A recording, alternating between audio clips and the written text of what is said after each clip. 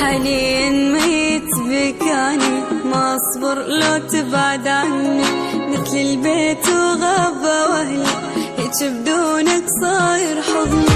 وش تسوى حياتي بغيبتك بلوى، كآبة وحتى مو حلوة،